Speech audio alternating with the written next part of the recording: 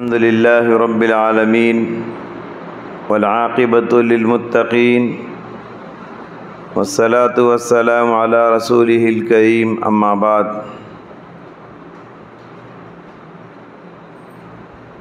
يا أيها الذين آمنوا اتقوا الله حق تقاته ولا تموتن إلا وأنتم مسلمون يا أيها الناس اتقوا ربكم الذي خلقكم من نفس واحدة وخلق منها زوجها وبث منهما رجالا كثيرا ونساء واتقوا الله الذي تساءلون به والأرحام إن الله كان عليكم رقيبا يا أيها الذين آمنوا اتقوا الله وقولوا قولا سديدا يصلح لكم أعمالكم ويغفر لكم ذنوبكم ومن يطع الله ورسوله فقد فاز فوزا عظيما أما بعد فإن خير الحديث كتاب الله وخير الهدي هدي محمد صلى الله عليه وسلم وشر الأمور محدثاتها وكل محدثة بدعة وكل بدعة ضلالة وكل ضلالة في النار أعوذ بالله من الشيطان الرجيم بسم الله الرحمن الرحيم يا أيها الذين آمنوا اركعوا واسجدوا واعبدوا ربكم وافعلوا الخير لعلكم تفلحون۔ محترم ماں اور بہنوں، اللہ تعالیٰ کا بے انتہا شکر و احسان ہے کہ ہم ماہ رمضان کی مبارک گھڑیوں میں، مبارک لمحات میں اور مبارک ساعتوں میں سانس لے رہے ہیں۔ یہ اللہ کا بہت بڑا فضل ہے۔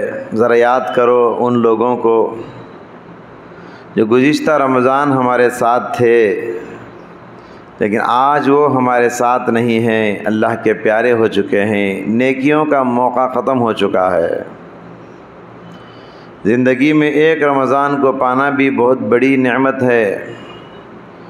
زندگی میں ایک رمضان کو حاصل کرنا بہت بڑی نعمت ہے۔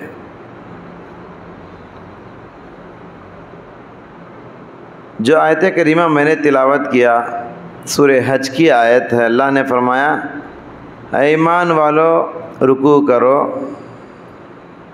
سجدہ کرو، اللہ کی عبادت کرو اور خیر کے بھلائی کے کام کرو۔ 4 کام کرو گے تو کیا پانچواں کیا ہوگا؟ لعلکم تفلحون، تم کامیاب ہو جاؤ گے۔ میں آخری صفت بھلائی کے کام کرو، اس پر روشنی ڈالوں گا آج۔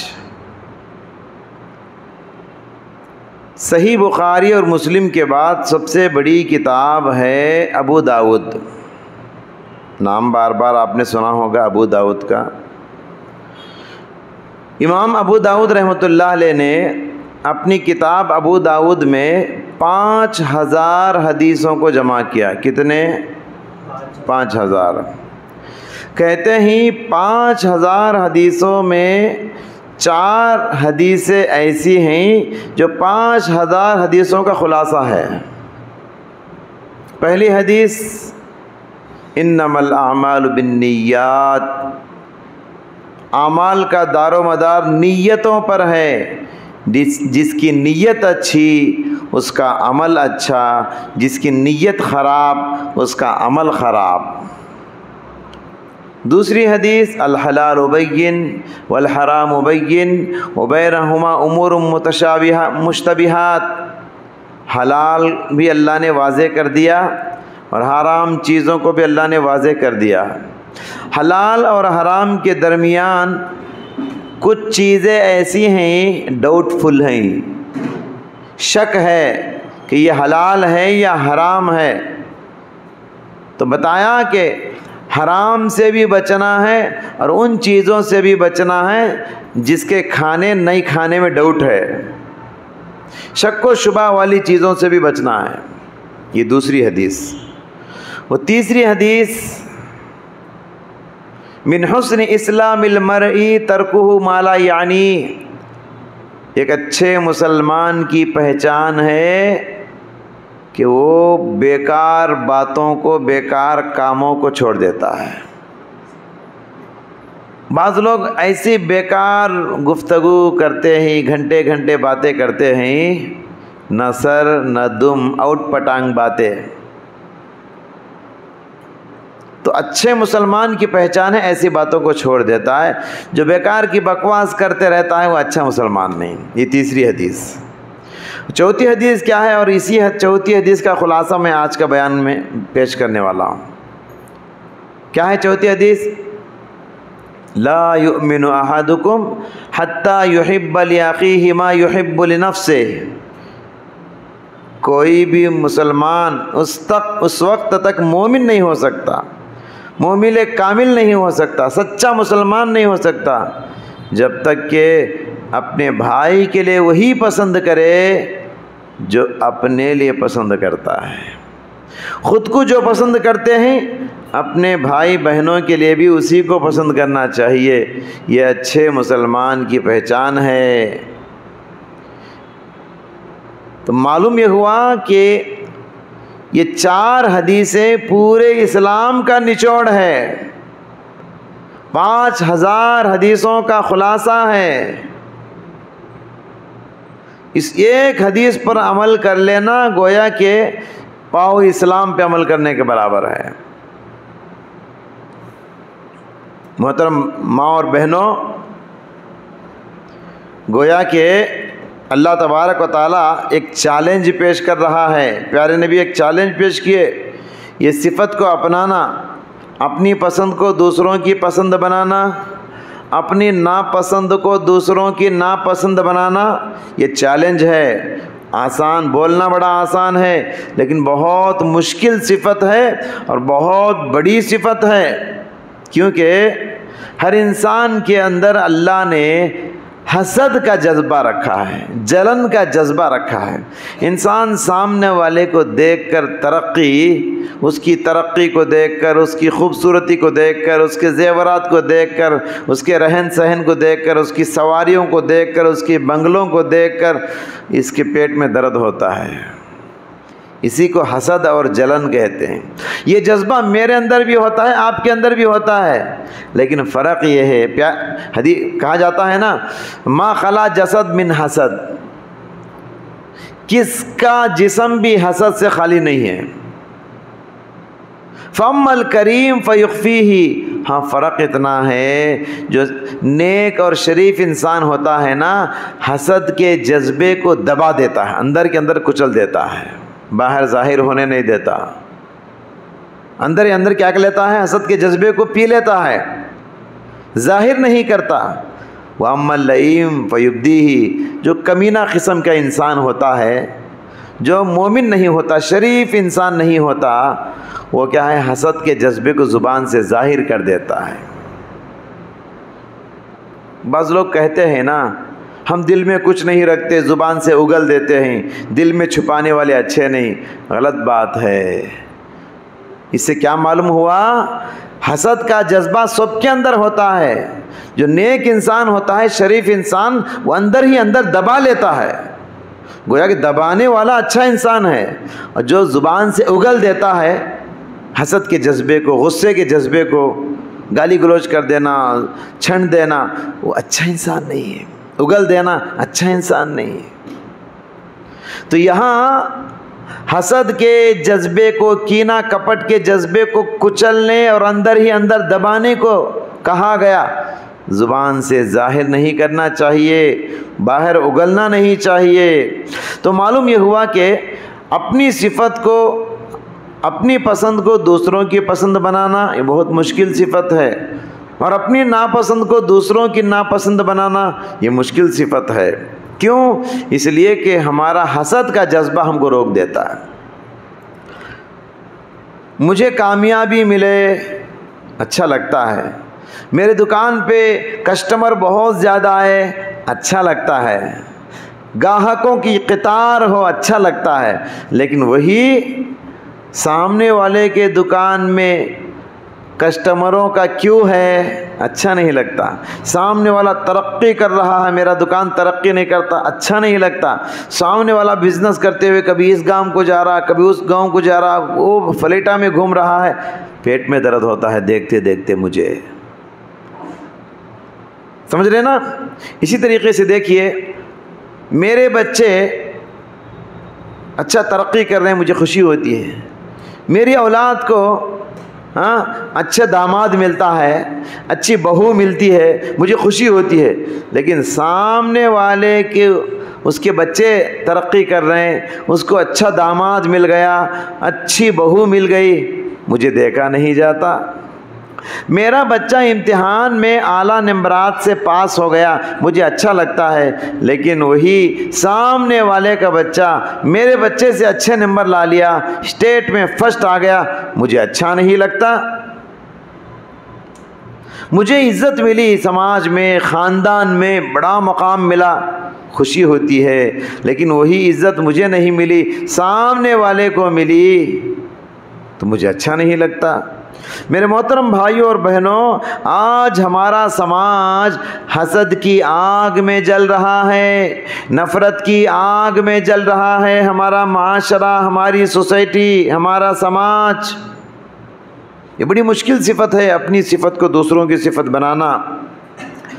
اگر ہمارے اندر یہ صفت نہ ہو، یہ عادت نہ ہو، تو پیارے نبی نے فرمایا تم کتنے بھی لمبے سجدے کر لو، کتنے بھی حج عمرے کر لو، لا یؤمن، تم سچے مومن نہیں ہو. کتنے بھی نمازیں پڑھ لو، تہجد گزار بن جاؤ، روزے دار بن جاؤ، لا یؤمن، پیارے نبی نے فرمایا تمہارے اندر یہ صفت نہیں ہے، تم اچھے مسلمان نہیں. اپنی پسند کو دوسروں کی پسند بنانا، یہ صفت پیارے نبی کے اندر کوٹ کوٹ کر بھری ہوئی تھی. اللہ اکبر، کتنا دوسروں کا کتنا خیال کرتے، کتنی فکر کرتے. دوسروں کی فکر میں ہمارے نبی صلی اللہ علیہ وسلم کے سینے میں ایسا دل تھا، آپ کے دھڑکنے والے دل کی ہر دھڑکن میں امت کے لیے درد تھا، امت کے لیے فکر تھی، دوسروں کے لیے تڑپ تھی.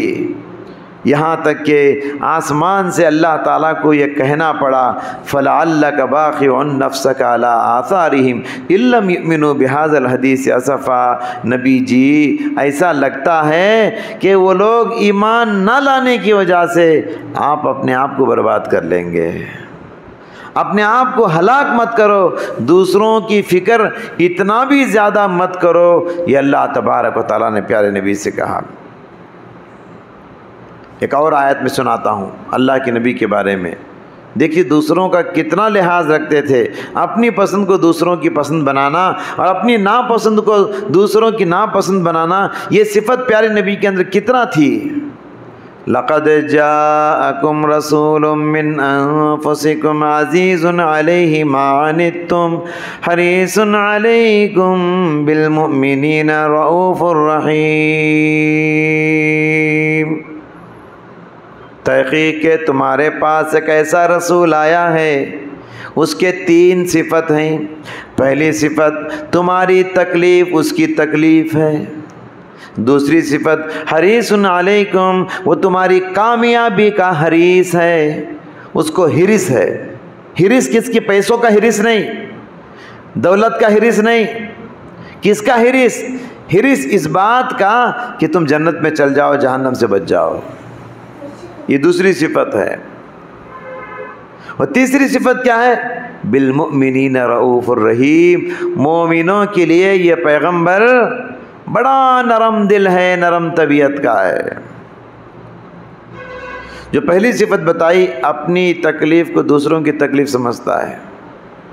2 مثالیں میں آپ کو دیتا ہوں. دیکھیے، رمضان میں اللہ کے نبی تراویح کی نماز شروع کرے.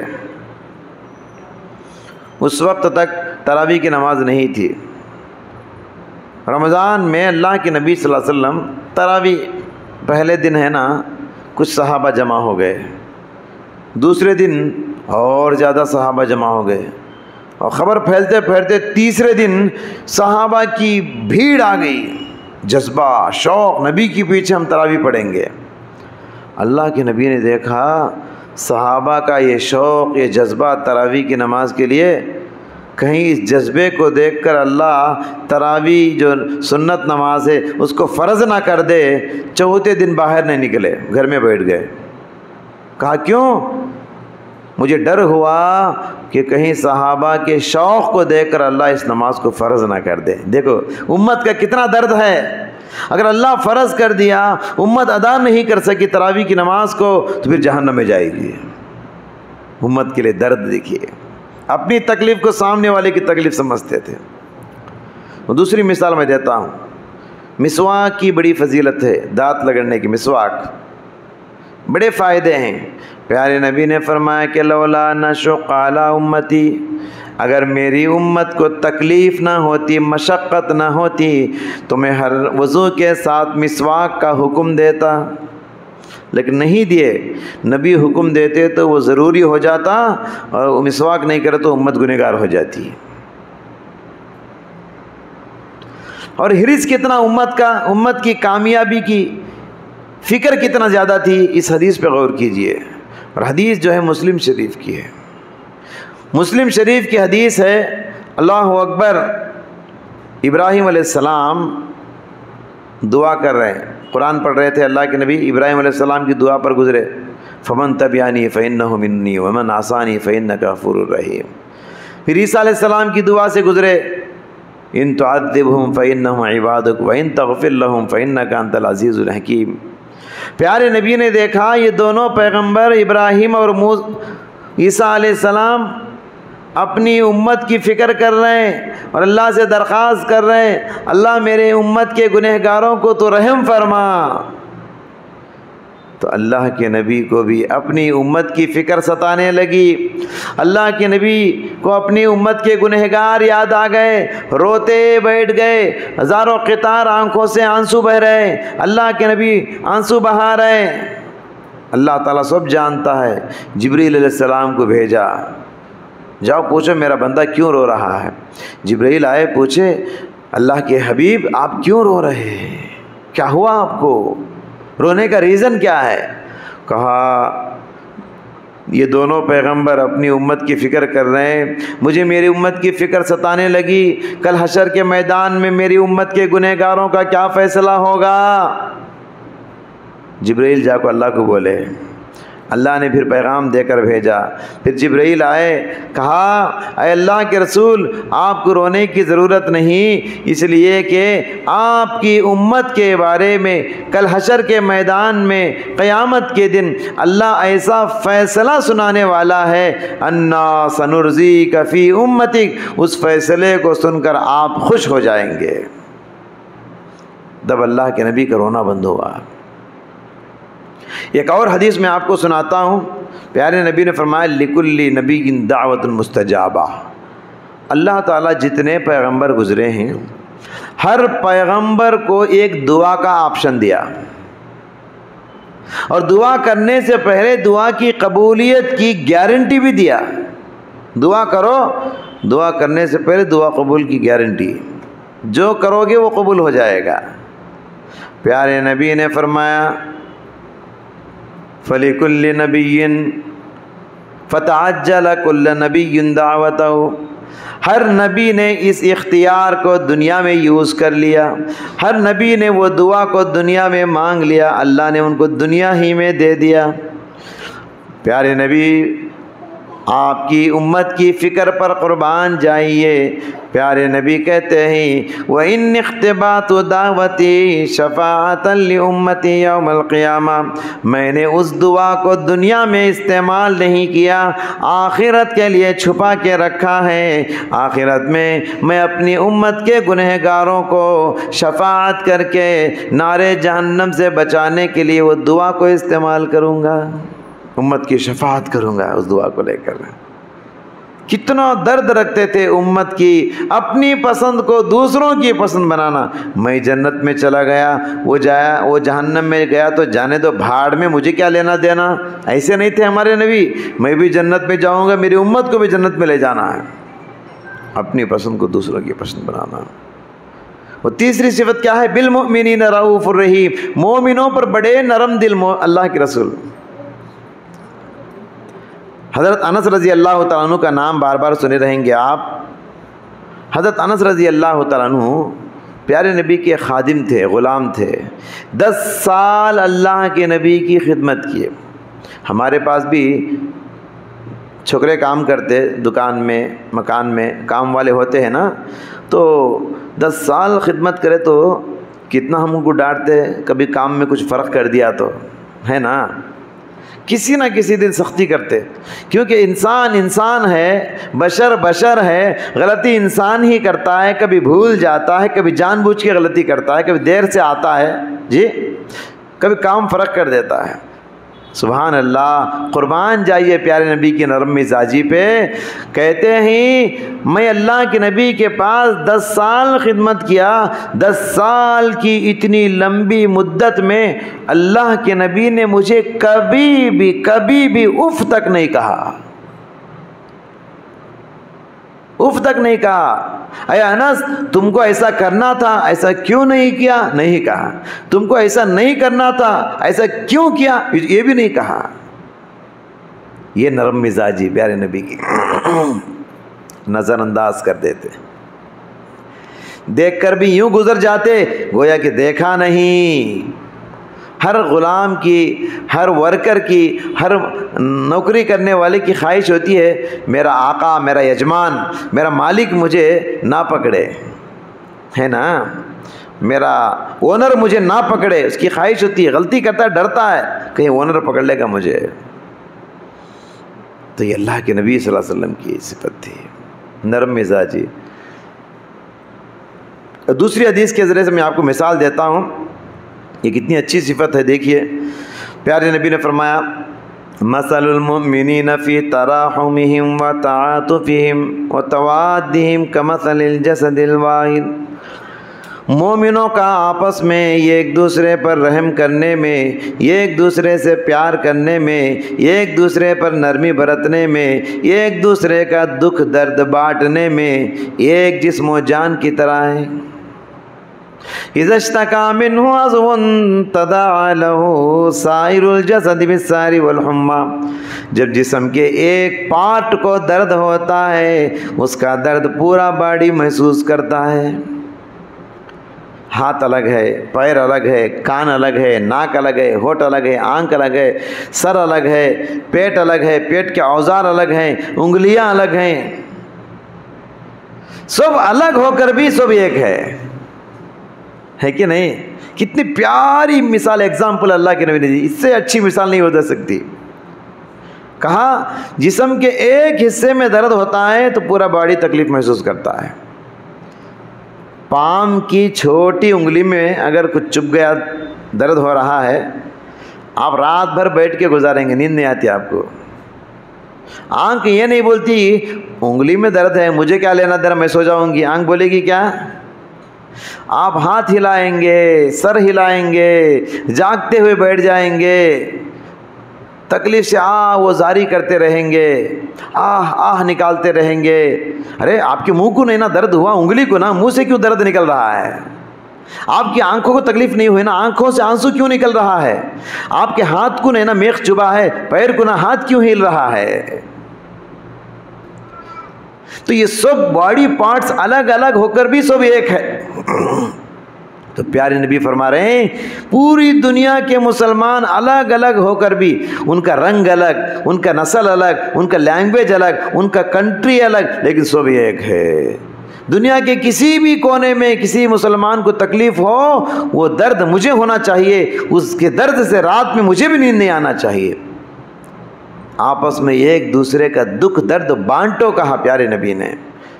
مومن کے لیے ایسا ہونا چاہیے، میری پسند سامنے والے کی پسند بناؤ، اپنی پسند کو دوسروں کی پسند بنانا اور اپنی ناپسند کو دوسروں کی ناپسند بنانا۔ آج ہماری حالت یہ ہے، اپارٹمنٹ میں بازو پلاٹ والے میں انتقال ہو گیا، اس کا دفن ہونے کے بعد بھی ہم کو معلوم نہیں۔ یہ حالت ہے ہماری، بیمار ہو کے ہسپتال میں ایڈمٹ ہو کے 4 دن ہو گیا، ہم کو بازو رہتے خبر بھی نہیں۔ لا تعلقی کا یہ عالم ہے، قطع رحمی کا یہ عالم ہے، ہم اپنے آپ کو سچے مسلمان کہتے ہیں۔ میری محترم ماں اور بہنوں، بہرحال یہ نبی صلی اللہ علیہ وسلم کی صفات بیان کی گئی ہے۔ مومن کو بھی اسی نمونے کا ہونا چاہیے کہ انگلی میں درد ہو تو پورا باڈی کو تکلیف ہوتی ہے، کسی مسلمان کو درد ہو تو وہ درد میرے دل میں بھی ہونا چاہیے۔ سمجھ رہے؟ آخرت کی نجات کے سلسلے میں یہ صفت کتنا کردار ادا کرتی ہے، کتنا بڑا رول ادا کرتی ہے، آپ غور کیجئے۔ ایک حدیث میں آپ کو سناتا ہوں۔ حدیث کیا ہے؟ پیارے نبی نے فرمایا، من احب ان یزحزح من النار ویدخل الجنۃ فلیأتہ منیتہ وہو یؤمن باللہ والیوم الآخر ولیأتی الی الناس الذی یحب ان یعطى الیہ۔ جس کو یہ بات پسند ہو کہ وہ جہنم سے بچ جائے، جنت میں داخل ہو جائے، تو اسے دو کام کرنا چاہیے۔ جہنم سے بچنے اور جنت میں داخل ہونے کے لیے دو کام کرنا چاہیے۔ پہلا کام یہ ہے اسے موت اس حال میں آئے کہ وہ اللہ اور آخرت پر ایمان رکھنے والا ہو، اور دوسری صفت یہ ہے کہ وہ لوگوں کے ساتھ ویسا سلوک کرے جیسا سلوک وہ اپنے ساتھ پسند کرتا ہے۔ لوگوں کے ساتھ ایسا پیش آؤ جیسا تم اپنے لیے پسند کرتے ہو، لوگوں سے ایسا بات کرو جیسے تم اپنے لیے پسند کرتے ہو، لوگوں کو ایسی چیز دو جیسی تم اپنے لیے پسند کرتے ہو، لوگوں سے ایسی مسکرا کے ملو جیسے تم اپنے لیے پسند کرتے ہو۔ تم اپنے لیے پسند نہیں کرتے، لیکن لوگوں کے ساتھ تمہاری زبان بہت خراب چلتی ہے، بہت تیز چلتی ہے۔ دوسروں کے ساتھ ہمارا سلوک اچھا نہیں، دوسروں کے ساتھ ہماری حرکت اچھی نہیں، دوسروں کے ساتھ ہمارا رویہ اچھا نہیں، دوسروں کے ساتھ ہمارا لین دین اچھا نہیں، دوسروں کے ساتھ ہمارا معاملہ اچھا نہیں، پھر ہم اپنے لیے کہیں کو پسند کرتے؟ جی تم دوسروں کے لیے اچھا نہیں کرتے، دوسرے تمہارے ساتھ اچھا کریں گے۔ اپنی پسند کو دوسروں کی پسند بناؤ اور اپنی ناپسند کو دوسروں کی ناپسند بناؤ۔ اور لوگوں کی تربیت کرتے ہوئے اللہ کے نبی نے اس صفت کو کیسے استعمال کیا، کیسے یوز کیا، ایک حدیث میں سناتا ہوں، ذرا غور سے سنیے۔ اللہ کے نبی کے پاس ایک نوجوان آیا، آ کر کیسا عجیب سوال کرتا ہے، غور کیجئے۔ سوال آج تک کسی نے کسی بڑے آدمی سے ایسا سوال نہیں کیا ہوگا جیسا سوال اس نوجوان نے سب سے بڑے آدمی اللہ کے نبی سے کیا۔ سوال کیا ہے؟ کہا ایذن لی بالزنا، پیارے نبی مجھے زنا کرنے کی اجازت دیجئے۔ یہ سننا تھا، مسجد نبوی میں صحابہ بیٹھے ہوئے تھے، ٹوٹ پڑے، کہنے لگے رک جاؤ رک جاؤ، ماں کیسا سوال کر رہے ہو اللہ کے نبی سے، تم رک جاؤ۔ پیارے نبی نے صحابہ کو چپ کرایا، اس نوجوان کو اپنے قریب بلایا۔ یہاں غور کیجئے، تربیت کا کیا سب پیارا ڈھنگ ہے۔ یہی طریقہ ہمارے اندر بھی ہونا چاہیے۔ پیارے نبی نے نوجوان کو کیا کیا؟ قریب بلایا، بٹھایا، 5 سوالات کیے۔ کہا اتحبہ لامک، تم کسی سے زنا کرنا چاہتے ہو، کیا کوئی تمہارے ماں کے ساتھ وہ کام کرے تم کو پسند ہے؟ کہا لا یا رسول اللہ، نہیں اللہ کے نبی۔ اتحبہ لابنتک،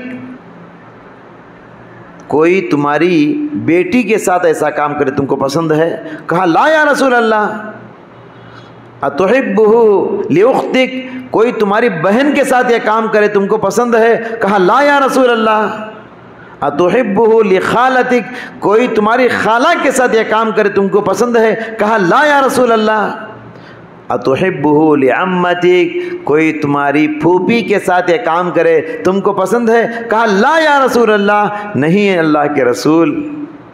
تو پیارے نبی نے فرمایا پھر تم جس کے ساتھ کرنا چاہتے ہو وہ بھی تو کسی کی ماں ہے، وہ بھی تو کسی کی بیٹی ہے، وہ بھی تو کسی کی بہن ہے، وہ بھی تو کسی کی خالہ ہے، وہ بھی تو کسی کی پھوپھی ہے۔ قربان جائیے اس انداز تربیت پر۔ ہے ایسا تربیت کا سلیقہ طریقہ آج ہمارے پاس؟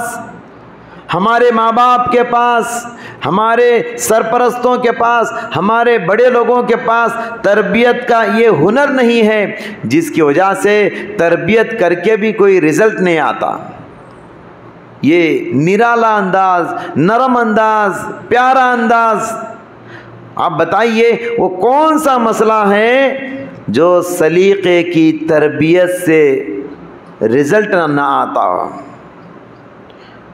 وہ کون سا مسئلہ ہے جو اچھی تربیت سے حل نہ ہوتا ہو؟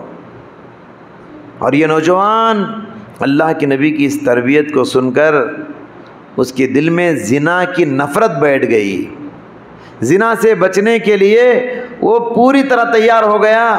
تو اللہ کے نبی نے دعا بھی دے دی، اللہم اغفر ذنبک وطہر قلبک وحسن فرجک، اللہ تعالیٰ تیرے گناہوں کو معاف فرمائے، اللہ تعالیٰ تیرے دل کو ایسے ناپاک ارادوں سے پاک فرمائے، اور اللہ تعالیٰ تیری عزت و آبرو کی حفاظت فرمائے۔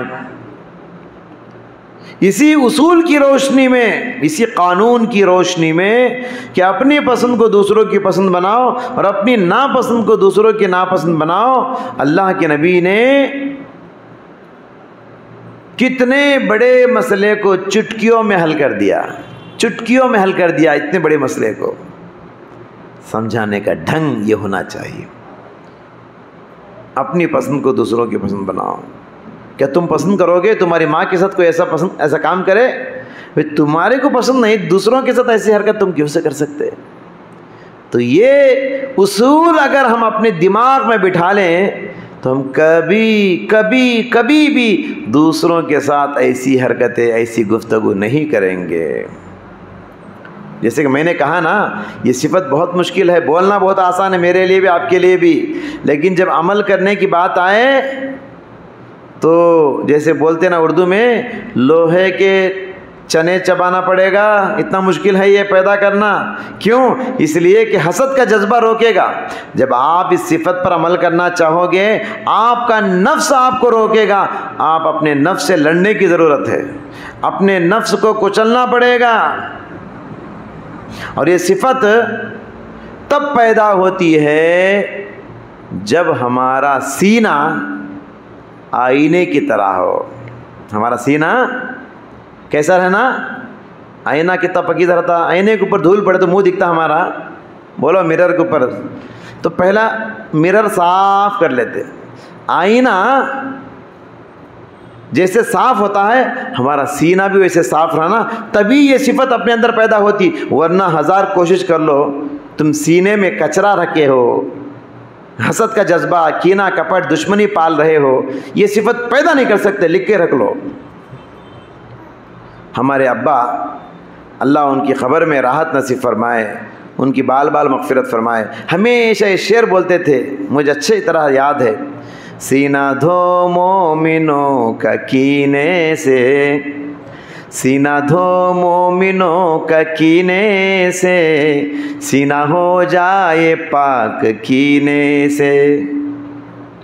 سینہ آئینے کی طرح ہونا چاہیے، پاک ہونا چاہیے، تبھی چل کر ہم اپنے اندر یہ صفت پیدا کر سکتے ہیں۔ جنتی بھی بن نہیں سکتے، کتنی بھی نیکیاں کر لو، ہماری نماز، ہمارے روزے ہم کو جنت میں نہیں لے جاتے جب تک کہ دل پاک نہ ہو مسلمانوں کے لیے۔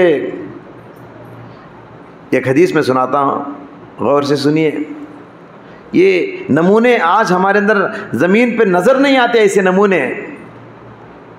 اللہ کے نبی مسجد نبوی مدینہ کی مسجد میں صحابہ کے ساتھ بیٹھے ہوئے تھے،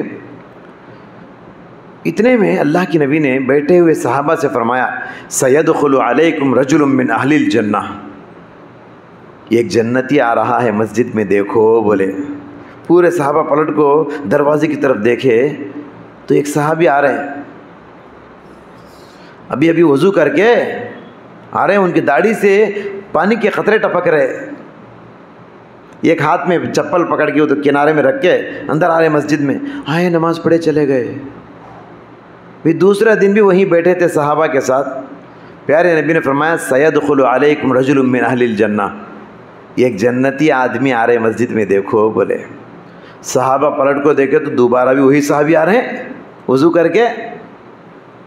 پھر تیسرے دن بھی مسجد میں بیٹھے ہوئے تھے. پیارے نبی نے فرمایا سیدخل علیکم رجل من اہل الجنہ، ابھی ایک جنتی صحابی مسجد میں آ رہے ہیں، دیکھ لو. پلٹ کو دیکھے صحابہ تیسرے دن بھی وہی صحابی تھے. حضرت عبداللہ بن عمر بن عاص رضی اللہ عنہ کہتے ہیں میرے دل میں جستجو پیدا ہو گئی، تڑپ پیدا ہو گئی، ہو نہ ہو یہ صحابی کے اندر کوئی ایسی راز کی نیکی ہوگی جو ہمیں نظر نہیں آ رہی ہے.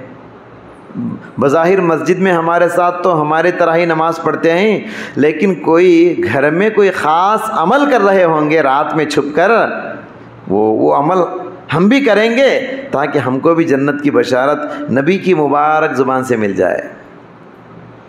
تو حضرت عبداللہ بن عمر بن عاص کہتے ہیں میں سیدھے وہ صحابی کے گھر کے پہنچ گیا، سیدھے گیا، جا کر بولا ذرا گھر میں میرے گھر والی سے ذرا جھگڑا ہوا ہے، 3 دن کے لیے میں تمہارے گھر میں رہنا چاہتا ہوں، دیکھنے کے لیے کیا عمل کر رہی انہوں. حالانکہ جھگڑا وگڑا کچھ نہیں ہوا. کیا کہا میرے گھر والوں سے ذرا اختلاف ہوا ہے، میں 3 دن تمہارا مہمان بننا چاہتا ہوں. اللہ اللہ، اس زمانے میں گھر کچے مکان، چھوٹے چھوٹے مکان، کھانے کے لیے برابر بچوں کے لیے بھی کھانا نہیں ہوتا تھا.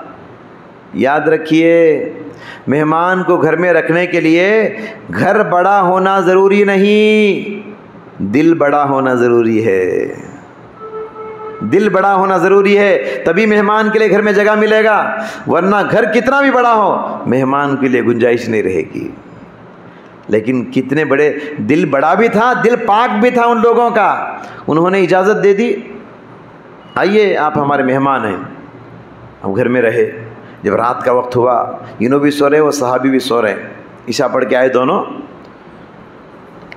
وہ صحابی سو گئے، گھر والے گھر کے مالک سو گئے. عبداللہ بن عمر بن عاص جو ہے چپکے سے ایسا دیکھ رہے ہیں. انہوں کب اٹھتے کیا راز کی نیکی کرتے بول کو، رات میں تہجد پڑھتے ہوں گا بول کو سوچ رہے انہوں. لیکن سوئے عشاء پڑھ کے سیدھے فجر کو اٹھے.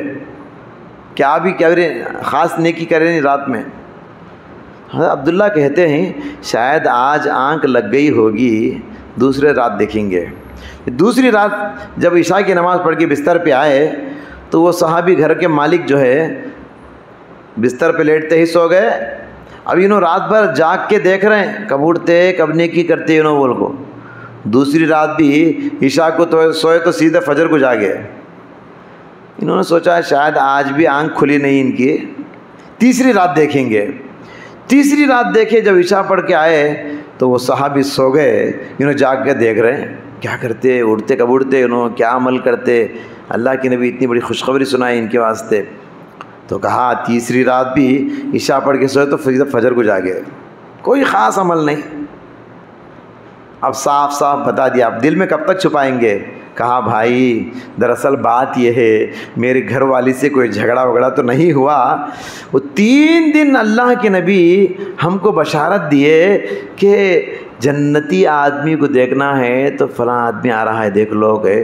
ہم 3 دن بھی پلٹ کر دیکھے تو آپ ہی اندر آ رہے تھے مسجد میں. وہ کیا خاص نیکی ہوگی آپ کے پاس، وہ دیکھنے کے لیے میں گھر میں آپ کا مہمان بنایا ہوں، لیکن میں کوئی خاص عمل آپ کا نہیں دیکھ رہا ہوں. جیسے ہم کر رہے ہیں ویسے آپ کر رہے ہیں، اور رات میں تہجد بھی نہیں پڑھ رہے ہیں آپ.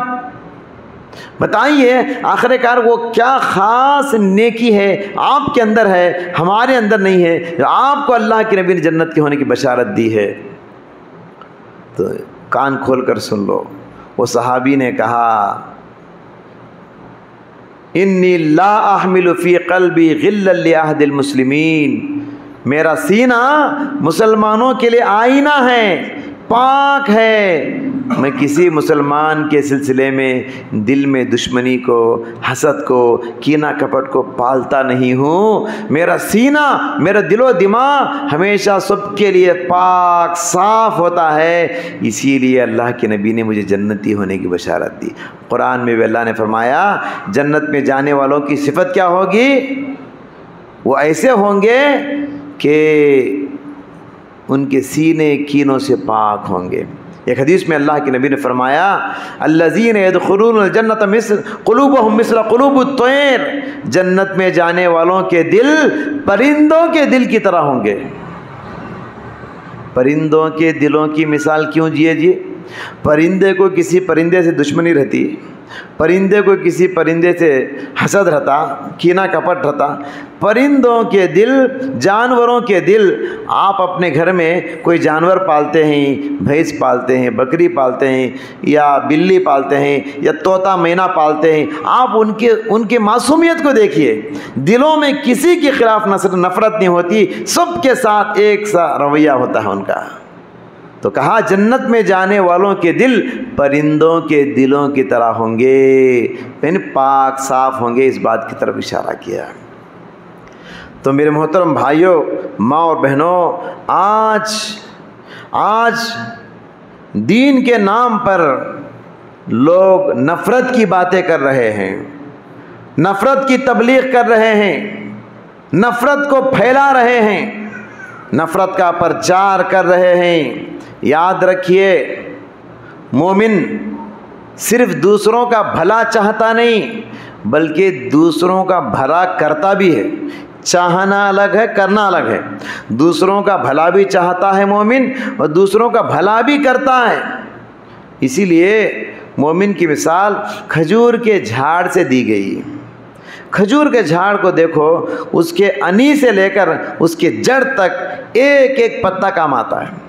جیسے ناریل کا جھاڑ ہوتا ہے، تاڑ کا جھاڑ ہوتا ہے، اس کے کھجور کے پھل بھی کام آتے، کھجور کے بیج بھی اونٹوں کی غذا بناتے، کھجور کے پتوں سے گھر بناتے، کھجور کے تنے سے بھی استعمال کرتے۔ کھجور کا ایک ایک چیز بیکار نہیں ہوتا۔ تو مومن بھی کھجور کے جھاڑ کی طرح ہونا چاہیے۔ جیسے کھجور کا جھاڑ سب کے لیے سر سے لے کر پیر تک فائدہ مند ہے، مومن کو سر سے لے کر پیر تک، وہ جہاں بھی رہے، جس جگہ بھی رہے، جس وقت بھی رہے، دوسروں کے لیے نفع بخش ثابت ہو، فائدہ مند ثابت ہو، بھلا کرنے والا ثابت ہو۔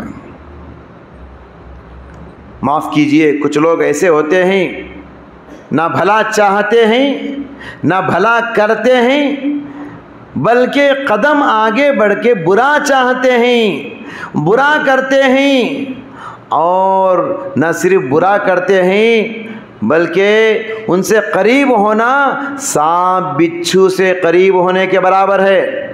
ہمارے سماج میں، ہمارے خاندانوں میں کچھ ایسے لوگ ہوتے ہیں ناگ بن کے بیٹھے ہیں، ان سے بات کرنے لوگ ڈرتے ہیں، ان سے قریب ہونے لوگ ڈرتے ہیں، ان سے اچھا سلوک کرنے ڈرتے ہیں، کیونکہ ان سے قریب ہونا سانپ بچھو سے قریب ہونے کے برابر ہے۔ کب ڈنک مار دے گا معلوم نہیں، کب ڈس دے گا معلوم نہیں۔ ان سے بھلائی کی تو امید نہیں، ہمیشہ برائی پہنچتی رہتی ہے، دوسروں کو شر پہنچتا رہتا ہے، ان سے دوسروں کو تکلیف پہنچتی رہتی ہے، ان کی زبان سے، ان کی عادتوں سے، ان کی حرکتوں سے، اور ان کی باتوں سے، اور ان کے رویے سے۔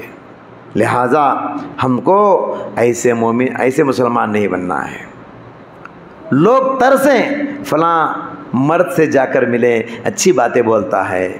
لوگوں کے دل میں خیال آئے فلاں عورت کے بازو جا بیٹھیں، اس کی زبان بڑی میٹھی ہوتی ہے، وہ اچھے مشورے دیتی ہے، وہ اچھا خیال کرنے والی ہے، اچھی باتیں کرنے والی ہے۔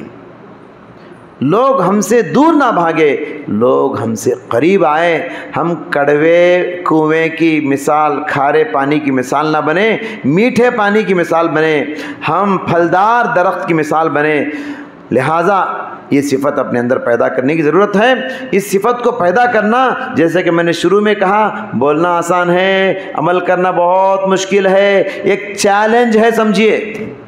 اس پر عمل کرنا چیلنج سے کم نہیں۔ اس کو پیدا کرنے کے لیے اللہ سے دعا بھی کرنا چاہیے، اللہ سے دعا بھی کرنا چاہیے، پروردگارا دوسروں کا درد میرا درد بن جائے، دوسروں کی تکلیف میری تکلیف بن جائے، دوسروں کا غم میرا غم بن جائے، دوسروں کا دکھ میرا دکھ بن جائے، دوسروں کا زخم میرا زخم بن جائے۔ اللہ تعالیٰ سے دعا ہے، اللہ تعالیٰ مجھ کہنے والے کو اور آپ سننے والوں کو اپنی پسند کو دوسروں کی پسند بنانے اور اپنی ناپسند کو دوسروں کی ناپسند بنانے کی توفیق عطا فرمائے، اور مسلمانوں کے لیے اپنے عزیزوں کے لیے اپنی دل و دماغ کو ہمیشہ پاک صاف رکھنے کی توفیق عطا فرمائے۔ وآخر دعوانا الحمدللہ رب العالمین۔